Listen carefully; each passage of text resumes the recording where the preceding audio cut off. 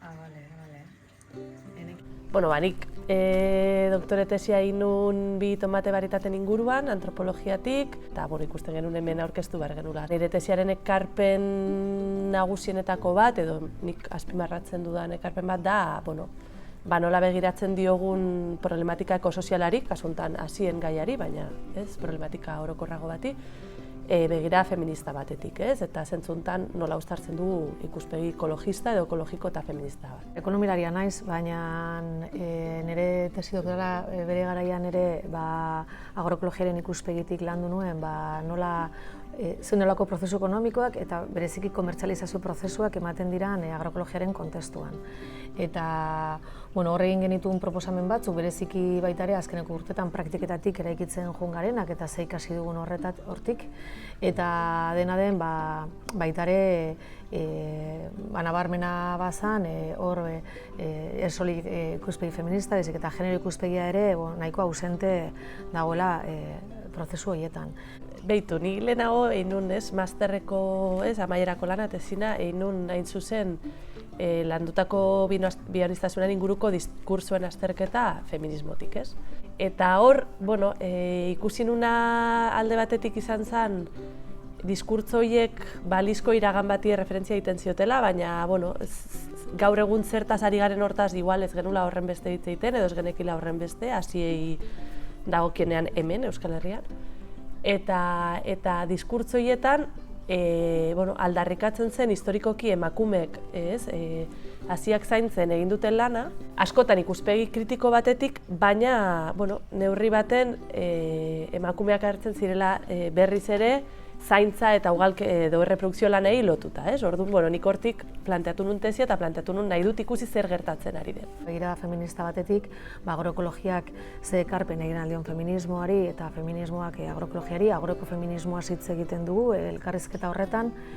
Eta baita ere, Martak zioen bezala, gaur egungo kontestu ekosozial edo krisi ekosozialean edo dena delako honetan, nola ze erantzun, ze aukerak, nola begiratu horrei, eguneroko beharretatik, elikadura nolabait eguneroko behar horietan kokatuta dagoelako eta begirada feminista batetik, krisi ekosozialean nola erantzunak bilatu alditugun. Nik esango nuke, agroekologiatik eta agroekologia feministatik egin den eta egiten ari den lan oso garrantzitsu bat da izkutuan egon den lan bat zentroan ekartzea, eta hau da, hazien ekoizpena eta ugalketa da lehenengo pausua nekazaritza aske autonomo iraunkor bati begira.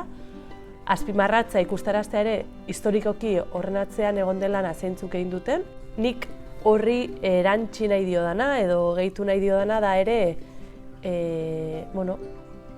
gaur egungo testuinguru aztertuta ere pixkat fokoan jartzea hazien ugalketa zaintzan bueltan sortzen ari den bestelako proiektuak ez daudenak horren oinarrituta edo pixkat emakumetik harago juten ez izkutatzeko, ez horren beste lan hori berriz ere izkutatzeko, baizik eta emakumeek historikoki hainbat tokitan egin duten lan hori pentsatzeko nola egin dezakegun beste modu batez, oinarritu gabe genero estereotipo eta zapalkuntzan oinarrian dauden idea horietan. Hau da, emakumeek egin dute hori, baina ez dute alaberrez hori egiten jarraitu behar zaintza lan bat delako. Nik uste bizibilizatzea nahita nahiezkoa eta gaina nekazaritza mugimenduak Via Campesinak edo hemen Euskal Herriko bestelako mugimenduak, etxaldeko emakumeak edo biolurretik bai azpimarratzen da bizibilizatu behar izatea emakume baserritarraren egoera eta hor eman diran zapalkuntza anitz, eta bada lurraren eskuragarritasuna edo eskubide ekonomiko eta sozialak, parte hartze politikoa eta beste batzuk.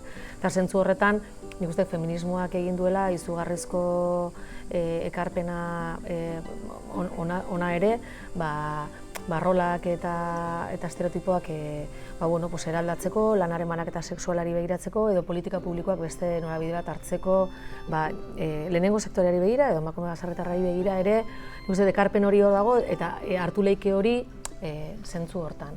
Uste dute agroekologiak baduela ere feminismoari ekarpena egiteko asko, nolabait esentzialismoetan erori gabe, landa eremua nola bazterretan egon da, margenetako bizimodu bat, azkeneko hamarkadetan, nahiz eta behar esentzial bat izan, esentzialismoetan erori gabe, badago rekonexio behar bat, geure buruarekin ere rekonektatzeko behar bat. Eta hori modu anitzean izan gabe rol eta estereotipo jakin batzuetan kokatu beharri gabe, nolabait esateko. Agroekologia bada praktika agronomiko bat, bada teoria bat baita ere, teorizatzen dugu, baina da mugimendu sozial bat, herritarrak ere bagara agroekologiaren parte, ezta? Izakirik gabeko mundu bat zeinetan guk sortutako hibridoek bizitza berriak eta igual gu baino sostengarriagoak sortzen dituztenak.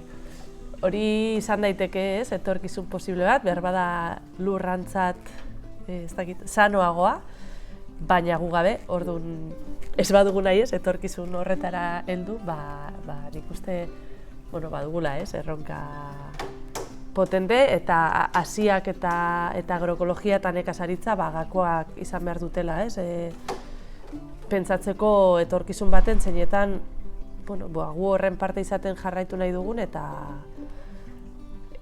ingurunea ere gu bizitzeko behar dugu ingurune hori, ez bada diru asko dugula eta martera goazela. Niri bereziki kezkatzen hau, krisi ekosozial honetan hurbilen ditudan hurrengo generazioak.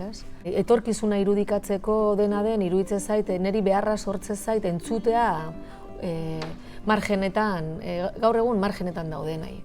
Azken finean, gazteak, benetan bizipenak dituztenak aurrera begira, eta ez hemengoak bakarrik, baizik eta hona etorri direnak bizitzera, eta zein dira beraien espektatibak, zein dira beraien beharrak, ze etorkizun irudikatzen duten, zer nahi duten, uste oso gutxi entzuten diogula elkar, eta areta gutxiago margenetan uzten ditugunak. Eta uste heldu izatea badalako momentum batzutan privilegio kategoria bat. Nik uste oso mamitsua bada, nola eraikitzean pertsona eta jendarte bezala, eta hori landa eremuarekin lotuta, askotan begirada urbano batetik baita ere, badauka, zer ematen digu, zer pentsa eta zer sentitu,